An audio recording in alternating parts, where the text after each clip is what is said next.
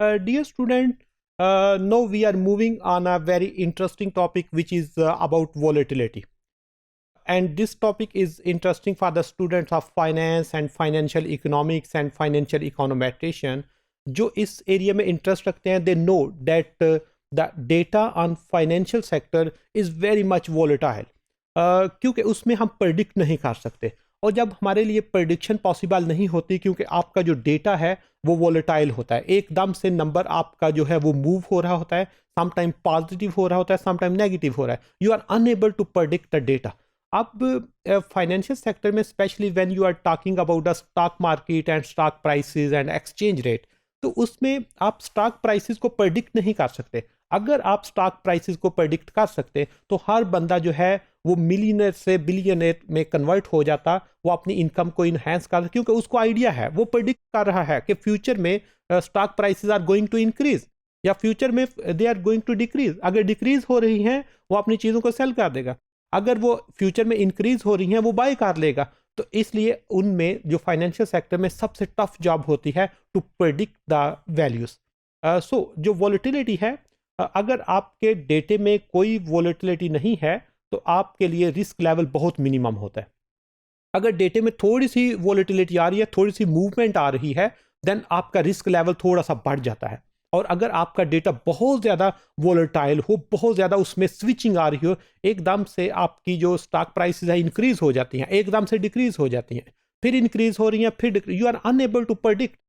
जितना आप प्रेडिक्ट नहीं कर सकते उतना आपका रिस्क लेवल बढ़ता जाता है. और स्पेशली इन फाइनेंशियल इकोनोमेट्रिक्स आप स्टॉक प्राइसेस को देखते हैं और आप स्टॉक मार्केट का पैटर्न देखें, आप एक्सचेंज रेट का पैटर्न देखें, तो आपको वहाँ पे जो स्टॉक प्राइसेस का पैटर्न नजर आएगा वो बहुत वोलेटाइल होगा. कभी वो प्राइसेस इंक्रीज हो रही होती हैं, कभी डिक्रीज हो रही होती हैं, कभी फिर इंक्रीज हो रही हैं, इवन वो पर मिनट चेंज हो रही होती हैं, पर आवर चेंज हो रही होती हैं, और उसको हमें प्रेडिक्ट करना हमारे लिए मुश्किल होता है. तो इसलिए जब हम वोलेटिलिटी को मेजर करते हैं तो एक ये टेक्निकल टर्म है जिसमें हम किसी भी वेरिएबल में कितनी वेरिएबिलिटी आ रही है with the passage of time, या उसकी आज की वैल्यू कल की वैल्यू के साथ कितना वो स्विच कर रही है, या जिस तरह स्टॉक प्राइसेस होती हैं पर मिनट कितनी चेंज आ रही है, और एक मिनट से नेक्स्ट मिनट में जब ट्रांसफर होते हैं तो वो स्टॉक प्राइसेस इंक्रीज हो रही होती हैं, जब सेकंड मिनट से थर्ड पे जाते हैं वो फिर इंक्रीज नहीं हो रही है, वो हो सकता है डिक्रीज हो रही हो, फिर आगे हो सकता है 5 मिनट तक वो डिक्रीज होती जाए और आगे 3 मिनट तक फिर इंक्रीज हो रही हो. You are unable to predict. So this is very much interesting topic कि हम किस तरह जो स्टॉक प्राइसेस हैं, जो स्टॉक मार्केट है, जो फाइनेंशियल सेक्टर के वेरिएबल्स हैं, जो फाइनेंशियल डेवलपमेंट के वेरिएबल्स हैं, वो किस तरह वोलेटाइल होते हैं. और जो इकोनॉमिक वेरिएबल हैं, सम टाइम कुछ वेरिएबल जो होते हैं वो बहुत स्टेबल होते हैं. Like if you are talking about human development index, तो वो नंबर एक बहुत स्लो स्पीड के साथ आपका इंक्रीज होता जाता है.